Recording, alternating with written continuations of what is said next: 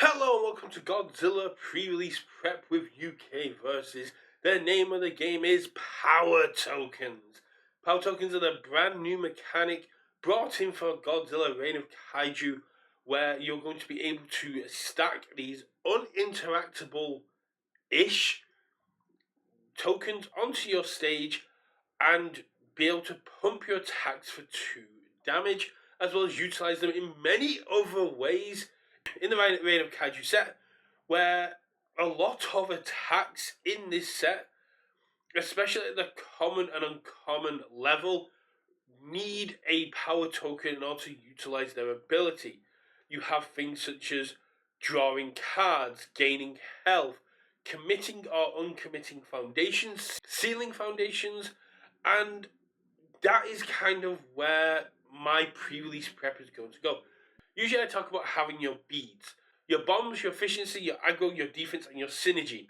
But for the last couple of sets, the beads have become a little bit harder to identify.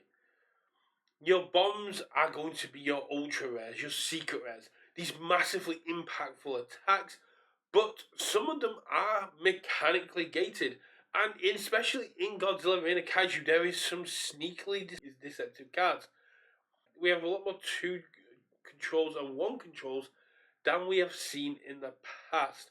And although these offer powerful abilities, in sealed they are very dangerous cards, so you need to be weighing up point of diminishing return, how good the ability is for what you're looking at. But before we get into the attacks and what you should be looking for, let's get into the characters. Now, there's 15 characters in Godzilla Reign of Kaiju, and each one of them has their benefits in sealed.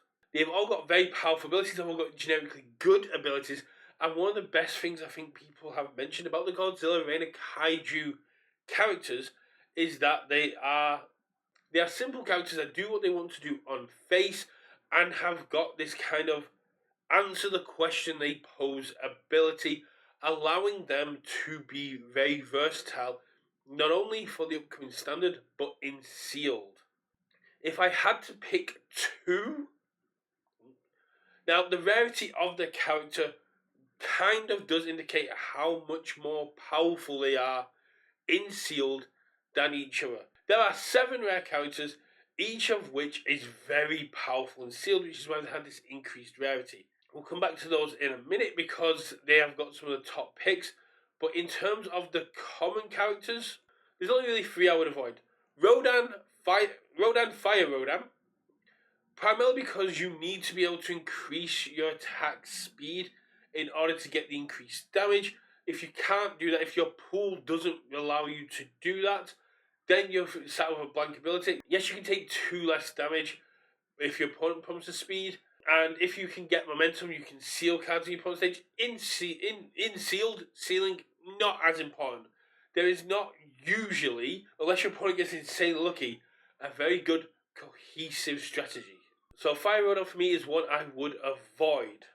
The other 2 would be Burning Godzilla and Anguirus. Although the Fierce Dragon does give you power tokens when you attack to deal damage, and in sealed, your attacks are going to deal damage more often because of the sealed card pool. The top static of your printed 5 or greater attacks getting +1 speed, +2 damage at a common or uncommon level, where you're going to see the most amount of your attacks. There is only 14 that are 5 difficulty, and there are only 6 that are higher. So you're looking at 20 total attacks out of a 186 card set. That's not a lot. That is 10% of the pool. Same goes for the rare and ultra rare. There's only 20. So you're looking at 20% of the card pool being 5 different attacks. That's fine. But you're only going to see 6 out of those 20. And there's still foundations and actions and other things that can take up those other spots. So you cannot guarantee it. Yes, 23% is a lot of the card pool. But I would only really be going into the Fierce Dragon if, very carefully, if I see the majority of 5 diffs. But given given that the usual ratio of attacks to foundations is 33%, but in sealed you gauge more up towards the 38 to 40%.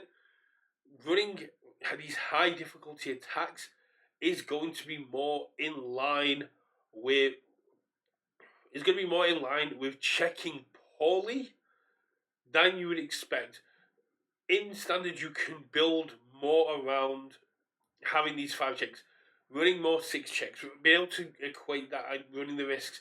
In sealed, it's a lot more risky. You're going to be checking threes a lot more as you get up to that 40-50%. As you get high up in that 5%, you could run less attacks, but then you run the risk of not seeing them. Getting the power tokens is very powerful. You get to increase the damage in your next attacks and unlock the synergies, but there are characters that can pull off power tokens a lot smoother. So if you want to go full in on the mechanics of the set, there's better characters for power tokens. Burning up Godzilla's once per game could be very powerful. However, you are also removing cards from your opponent's capital, making your stuff easier to block, and your attack is getting and your printed 5 or difficulty attack, which we know again there is only 20 of, and 20 of them are at the rare or higher level, gets +1 damage for every 5 cards in your discard.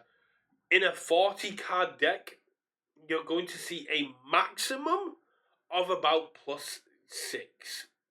If you're insanely lucky. You're a 6-hander, the chance of you seeing 6, you'd have to essentially bulk up your sealed deck, and you only have 60 cards. So the chance of you having enough playables to justify burning Godzilla isn't worth it. In a 40 card deck, getting +3, +4 to everything is cool, but milling 10% of your deck every single turn, whilst also, say, drawing 10%, means you're going through 20% of your deck just on your first attack. Every attack after that is 10% of your deck. Even more if you include the fact you need to check for that attack. So really you're losing 5 cards an attack, which means you are burning through 1/8 of your deck every single attack. That's dangerous. You'd have to bulk up your deck a lot. I don't think burning Godzilla is worth it. Especially that when you have characters like Gigan that utilize the sealed ratios. Having that 39 to 45% attack ratio, Gigan allows you to remove top card of your deck, get 2 damage, and if you remove the attack, you get 2 speed. Like I said, you're running more attacks than you normally would in a standard deck, so Gigan is going to utilize that very well and basically say, I'm getting 2/2 to most of my attacks. Yes, I'm having to remove them, but you're going to struggle to block everything. And because you're filtering, because you're able to draw a card, discard a card, and even just draw a card later in the game, you're able to filter through, find more attacks. And that's even works on defensive when you're getting hit. The amount of people that will be playing off-zone attacks and the amount of chip damage and half damage you're going to be taking is going to allow Gigan to keep filtering, to keep getting rid of cards and build up a very powerful attack lineup. Now I'm not going to go through every single character, but I just wanted to highlight one, my reveal being a very powerful seal character, and 3 characters I would generally avoid. Mothra is an absolute beast. Tenacious, even if you commit, after an attack is blocked, this attack gets +3 or -2 speed, and in your rival's turn you can commit Mothra to have an attack considered completely blocked. In sealed, this is insane. Yes, you're a lot squishier with this 720, but in the entirety of Reign of Kaiju, there is 4 throw attacks, and only 2 of them at the common and uncommon level. So the chances are, this does not say your opponent's attack is completely blocked. This says your opponent goes down a card, their next attack gets -2 speed, and they play with +1 progressive every single turn. Mothra is insane in sealed. If you can pack this with some off-zone attacks. And after I've finished with the characters, I'll get into why off-zone attacks are very important in sealed. This is where you should be going. You should be looking at characters that are powerful, but given the limited card pool, given that we're limited to only Reign of Kaiju, the knowledge of the set, that is where the most powerful cards will come from. There's only one character I probably play over Mothra, and we'll get into that when we get into the rares. Mothra being able to go, you block my first attack, the rest of my attacks are going to be ridiculously hard to block, or even just leapfrogging, going, you block one, you take one, you block one, you take one. As a 7-hander, you're going to chip away. You don't have damage, but hey, like I said at the literal start of the video, power tokens are the name of the game, and giving 2 damage to your attacks is going to allow Mothra to make up for that damage deficit, whilst also having that speed boost. Moving away from the 8 common characters, let's take a look at the rares. Now, each of these is very powerful in sealed. Battery giving +2/+2. I just said in Gigan, that's really powerful. Being able to commit and just give +2/+2, and plus if an attack deals damage, being able to commit foundation to ready Battery to say my next attack gets +2/+2 is going to allow Battery to run a low difficulty, high impact series of attacks. Very powerful, absolutely amazing. Biolate, the giant plant monster, although it's only a 5-hander, has a huge health total that is going to be hard to take down in sealed. And on top of that, once per turn, you just get to build a card face down, and then add any card from your discard pile to your hand. And if you have momentum, which if you're again running off zone attacks, you get to add a second one. Be able to chew to 2 cards from your discard in seal is going to allow you to consistently see your bombs. This, for me, is on par with Mothra, because whereas Mothra is the kind of ultimate defensive, Violetta is the ultimate in control. Being able to build a foundation, and then go, cool, here's 2 cards. I now have a threat. I now have 2 threats, or I now have 2 blocks that I know I can use against you. Destroyer is similar to Mothra, but you can only use it on 2 attacks per turn unless you can stockpile counters. And if you can get to 6 and destroy 2 rival non-character cards, it's going to be very powerful. But again, it's going to be very powerful. Sealed is a lot slower, and be able to destroy your opponent's key defensive pieces or the key cards in their stage that are doing some work is absolutely huge. Godzilla Titan of Terror, a very cool rare card, and the ability to essentially Sung Jin Woo Shadow Extract a printed difficulty 5 from your discard pile. I've talked a lot about how limited those numbers are, but be able to get one in your discard and consistently play it with no check required once per turn is going to put your opponent on edge. You're always going to have an attack, you're always going to be able to start triggering abilities, but this is one of the weaker ones in terms of health total, but you are getting an additional hand size as part of your form. So, that's fair. And getting the power tokens for the form, is very cool. Again, like I said, power tokens are the name of the game. This is a bit more consistent than what we saw with Burning Godzilla or the Fierce Dragon, because all you need is to see 1 in your discard, and you get to start the train going. Ghidorah is just an absolute powerhouse. You get 3 Ghidorah tokens and be able to reduce any attack damage to 3 is very cool. As well as being able to remove a card from your hand, draw a card for filtering, and give you attack +2 speed +3 damage. Ghidorah is a bit of a powerhouse, but is only a 533 health, which used to be a lot, but Ghidorah is on the fence for me. The ultimate character, the character I would be playing, the character I'm going to be looking to try and play in Reign of Kaiju is Space Godzilla. In Reign of Kaiju, there are 13 cards that do manipulate checks, 10 of which are at the common and uncommon level. One of which is just a form that says your rival's next check gets -2. As a first enhance or enhance, Your next check gets +2 and add a power token. That is an action. The one thing I would say to remember is the power of Space Godzilla is receiving an errata, and and I would be playing it as such that it doesn't end turns, because if it wasn't, an uncommon that ends turns with -4 to a check that Space Godzilla can pop off consistently would just make him an absolute powerhouse. The ability to go, fail that check, no, cool, I will then get my 2. I'll get my momentum. Start my turn, I get 2 power tokens.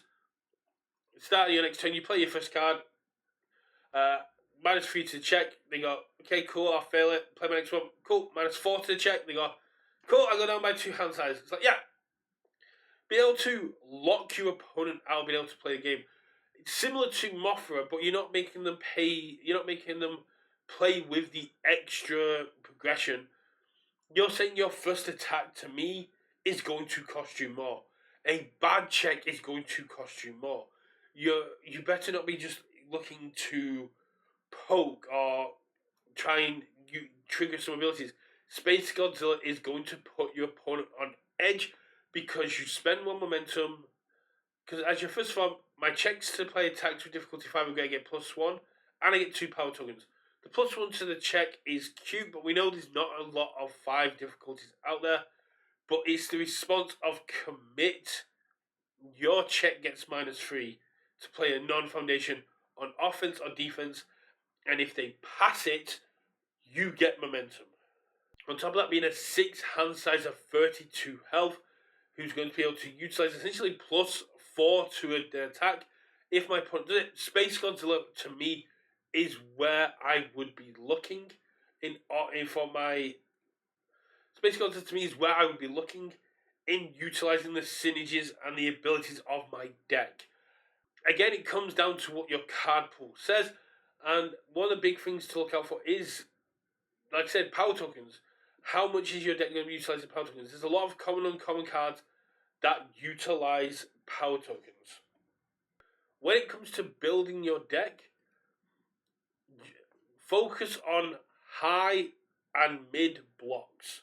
And I know I've just dropped a video about how low attacks can hurt you, and there is even a very powerful low attack that gets +1 damage for every foundation you have. Just block it with a mid. But when you look at the attack distribution for Reign of Kaiju, there is 33 highs, there is 36 mids, and then there are 17 lows. So if you see low attacks in your card pool, they are going to be, they are gold dust. They are the attacks you want to be running. Your low attacks are going to be absolutely amazing. Especially with Triple Beam being a common, which gets +1 damage for each foundation in your rival stage. This could be quite utilized, quite powerful. So I would say focus on a mid-heavy block zone, followed by a significant number of highs, and then a few lows. But again, that's why I was saying at the beginning, off-zone attacks, off-mid attacks are going to be where you're going. Now we do have high guard and low guard. We have our first 0 diff foundations of the year. These are vanilla foundations that are just 0 diffs, but have a high block and a low block. High guard is going to be very powerful in that aspect because, again, there are 33 high attacks in the set and a +3 high block, but on a 0 foundation, allowing you to have a bit better early aggression is going to be very good. Off-zone attacks in sealed are key. Majority of people will overload, like I just said here, on mids with a few highs because they're going to look at the set. They're going to understand that with 17 lows, the amount of lows in your deck is going to be statistically quite low. But the amount of mids and the amount of highs you're going to be running is going to be on the higher end. So to counteract that, they're going to need to have a lot of mids, which means if you can primarily focus on high and low attacks, you're going to be able to get more chip damage in and wear away your opponent. This isn't like standard. This isn't a more traditional slugfest. In sealed, it is about the long game, how well you can progress. There isn't much healing. The only non-rare plus breaker it is on Protect Your Life or is a Deadlock ability. So you're not going to see as much breaker in here. You are going to see more Deflect. Deflect is back, which is very cool. So you could run into damage reduction in that aspect. So you don't have to worry too much about breaker. You don't have to worry too much about it. You just have to worry about the chip damage, the half damage. So focusing on where the main attack zones are, the highs and the mids, and then utilizing that for your own attack package is where you'd go to essentially be prepared for the Godzilla pre-release. And I know you're probably thinking, well, then isn't everyone going to do this? No, no one's going to. Hardly anyone's going to actually pay attention to what I'm saying this deep into the video. Go low and focus your defense high and mid.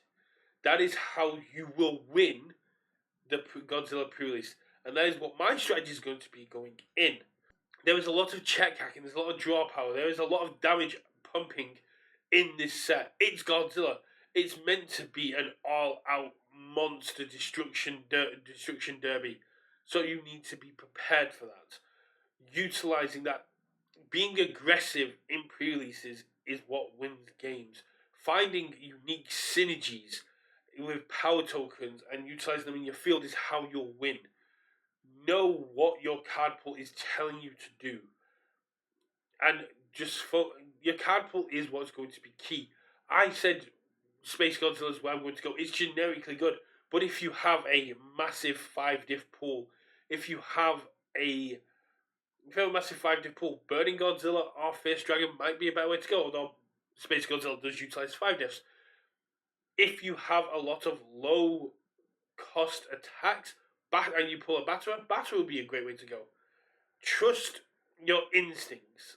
The best way to get better at sealed, the best way to get better at pre-release is to play them, to understand how the set goes.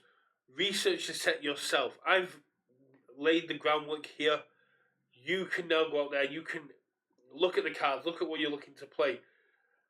Do not focus on ultra rares and rares. They're not the ones that you're going to see the majority of. The ones you're going to see the majority of are the commons and uncommons. You want these low cost, high impact attacks like triple heads. Triple head is an absolutely amazing one. Gathering energy is a 4 mid for 6 that lets you draw a card if you have a power token. Absolutely amazing. Otherworldly power is a 3 low for 5 that lets you discard a card you're not using, draw a card, and then check what you're going to be checking next. If you know what you're going to be checking next, then you can utilize it if you need to attack or move forward. There is a lot of very powerful cards in here that at the common or uncommon level you need to be aware of, because not only is it for you to play them, but you're going to be playing against them. Things like Tail Trip, although might seem a bit weird to play, being a 6-diff, 5 low for 8, it's got Deadlock Stun free. Deadlock in Sealed is a real thing. People will build out to counteract those free checks. Deadlock Stun free is very powerful and a major threat to what your opponent's trying to do. But if you don't believe me, go check out Universus.cards Ultra UGN and go check out all the power token synergy. There is so much power token synergy in this set that the name of the game, the thing you need to be focusing on is how quickly can I produce power tokens. If I can get power tokens down consistently, I can run things like Gale Force Winds, which comes in as a 5 mid for 4 and says if I have a power token I gain 2 health. So I play it, I have the power token, I gain 2 health, I use the power token, and I have a 5 mid for 6. I have a 5 mid for 6 on a 4 diff that's healed me 2. That's really cool. Yes, it's on a mid, which is going to be the easiest to block, but healing is very powerful.